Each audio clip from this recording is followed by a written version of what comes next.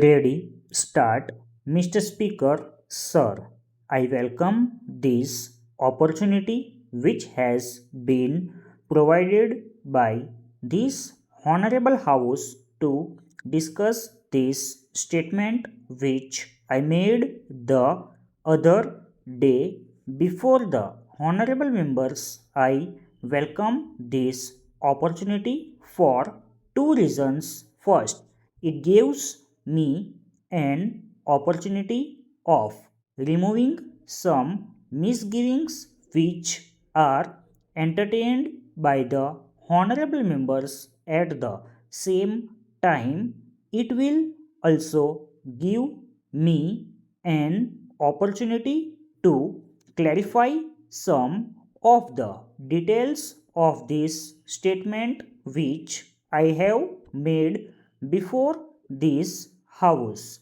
Before doing that, I would like to make a few observations, and these are that some of the honorable members I have expressed views that so far as the matter of food is concerned, it has to be treated as a national problem.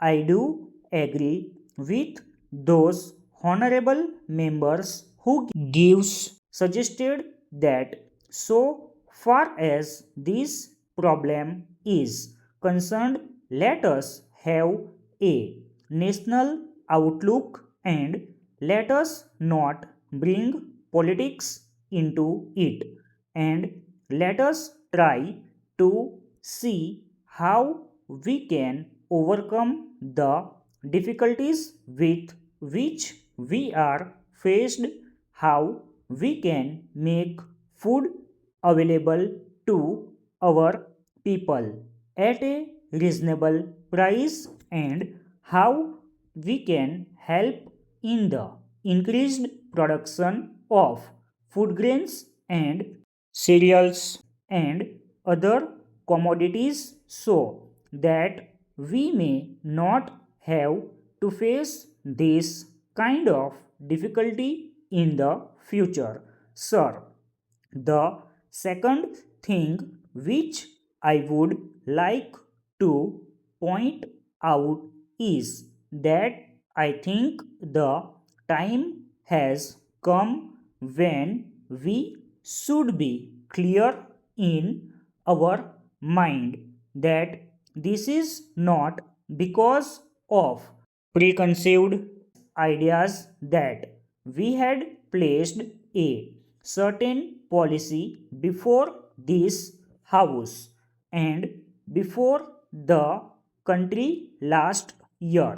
We thought that the policy of takeover would help us in having an effective control over the surplus so that there may be no scope of speculators on the one hand, and there may be no distortion of prices on the other hand, and it may be possible for us to provide the food grains which are the essential commodities for the existence of our people at a reasonable price, particularly to the vulnerable sections.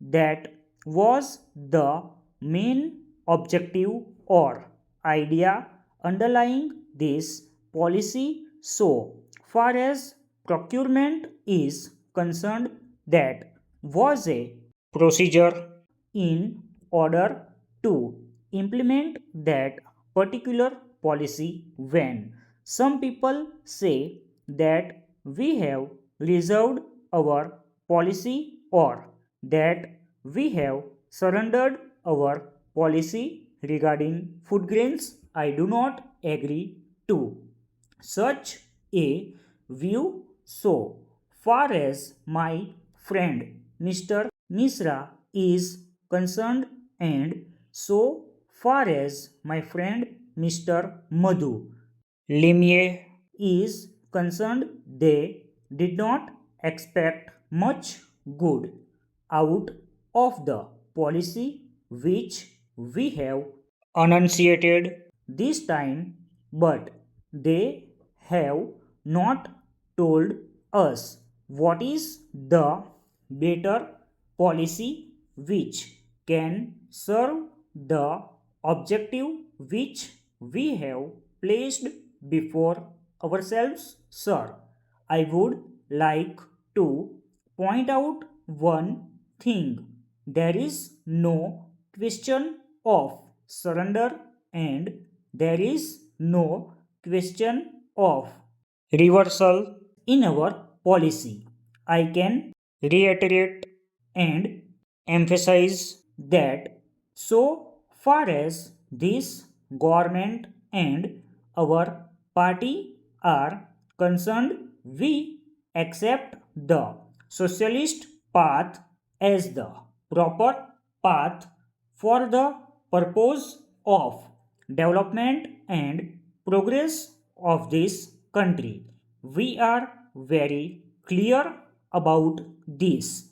We shall pursue this path, maybe that we may have to change the emphasis from time to time. Maybe we may have to change the direction from time to time, but we hope that the goal that we have set before ourselves will be achieved in the long run.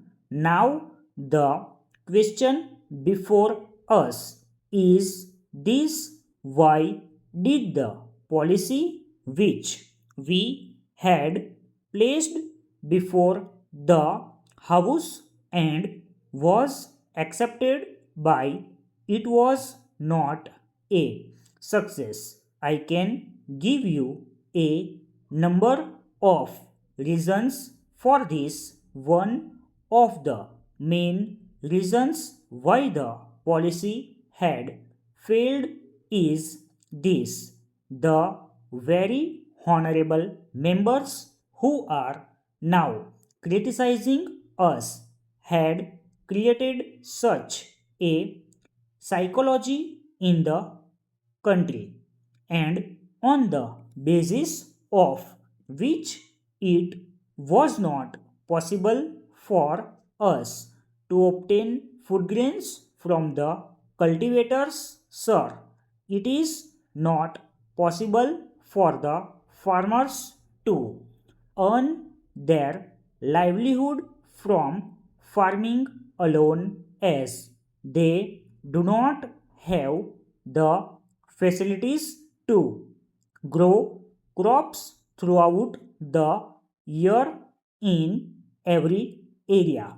They remain idle for several months in a year. How can they meet their family expenses when they have no work in order to generate employment as well as purchasing power? The government should create jobs of some kind or the other.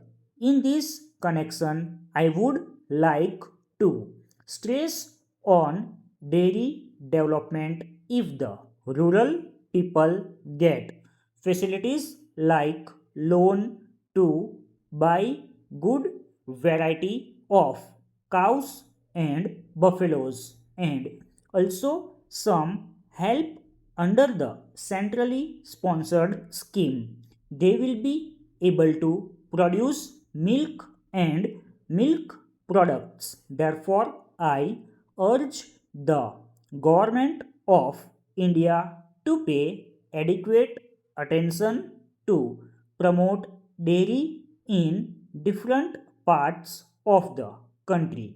I hope the government will pay attention full stop. Over.